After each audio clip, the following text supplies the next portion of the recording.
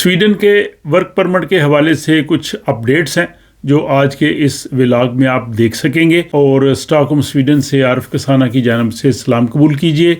آج سویڈن کے migration board نے ایک پریس ریلیز جاری کی ہے جو کہ ورک پرمٹ کے حوالے سے ہے، اور بعد میں مائیگریشن بورڈ کے لیگل ڈائریکٹر کارل بیکزلوس نے سویڈش ریڈیو کو ایک تفصیلی انٹرویو دیا ہے جس میں ورک پرمٹ کے حوالے سے انہوں نے تمام تر تفصیلات دی ہیں اور اخباری نمائندوں کے انہوں نے سوالوں کے جواب بھی دیے ہیں۔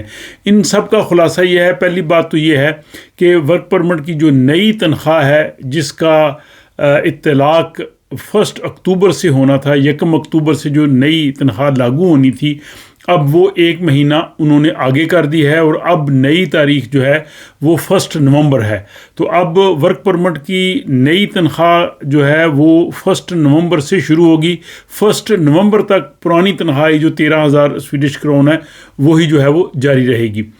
دوسرا اس میں جو اہم بات یہ ہے کہ پہلے حکومت نے یہ اعلان کیا تھا کہ ورک پرمٹ لینے کی جو نئی تنخواہ ہے 1 اکتوبر کے بعد، یا جن لوگوں نے ایکسٹینڈ کروانے توسیع کروانے ہیں، ان کی تنخواہ 26,500 سویڈش کرون ہونی چاہیے۔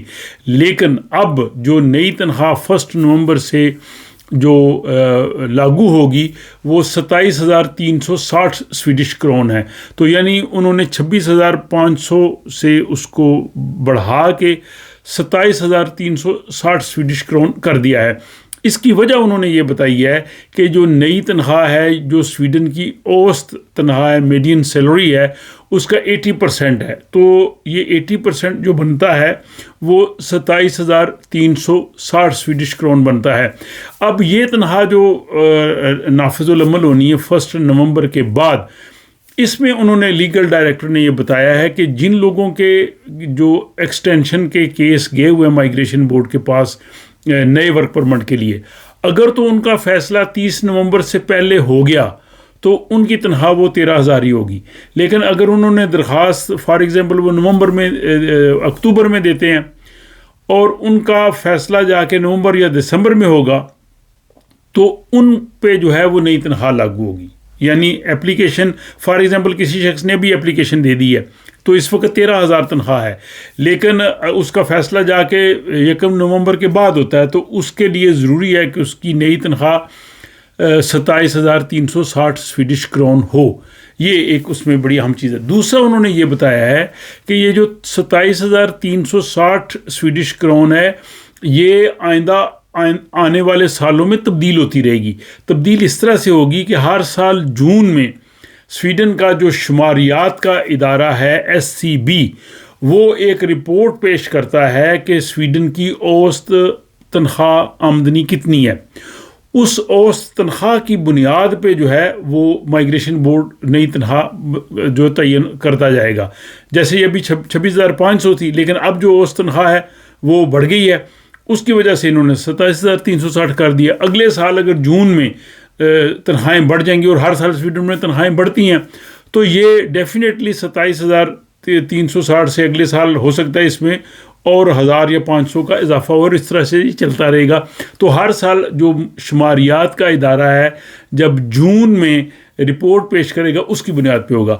اس میں یہ جو نئی ورک پرمٹ کی جو تنخواہ کی شرط ہے، یہ جو یورپی یونین کے شہری ہیں وہ سویڈن میں آ کے کام کریں ان کے لیے نہیں ہے۔ ان یورپی یونین کے جو شہری ہیں ان کے جو فیملی ممبرز جو ان کے ساتھ سویڈن آئیں ان کے لیے بھی نہیں ہے۔ جن کے پاس یورپی یونین کے بلو کارڈ ہیں، وہ پرماننٹ کارڈ لے کے سویڈن میں آ کے کام کرتے ہیں، ان کے لیے بھی یہ جو ہے وہ شرط نہیں ہوگی۔ اس کے علاوہ جن کے پاس ICT پرمٹ ہیں وہ لوگ بھی اس سے مستثنیٰ ہیں۔ علاوہ ازیں جو موسمی کارکن ہیں جو گرمیوں میں آتے ہیں بیریز وغیرہ اٹھانے کے لیے، کھیتوں میں کام کرنے کے لیے، وہ بھی اس سے مستثنیٰ ہوں گے۔ ایتھلیٹس، ٹرینر، یا جو شارٹ ٹائم کے لیے کوئی ریسرچ کے لیے لوگ آتے ہیں، یا جو بچوں کی دیکھ بھال وغیرہ کرتے ہیں، وہ سارے لوگ جو ہیں وہ اس نئی تنخواہ سے ایگزیمپٹڈ ہیں، ان کے لیے ضروری نہیں ہے۔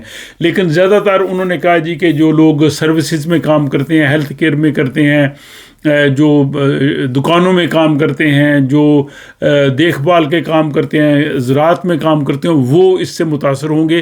اور مائیگریشن بورڈ کا جو لیگل ڈائریکٹر ہے کارل بیگزیلس، ان کا یہ کہنا ہے کہ ان کا اندازہ کہ تقریباً 10 سے 20% لوگ نئی تنخواہ کی شرط کو پورا نہیں کر سکیں گے، وہ اس کی زد میں آئیں گے.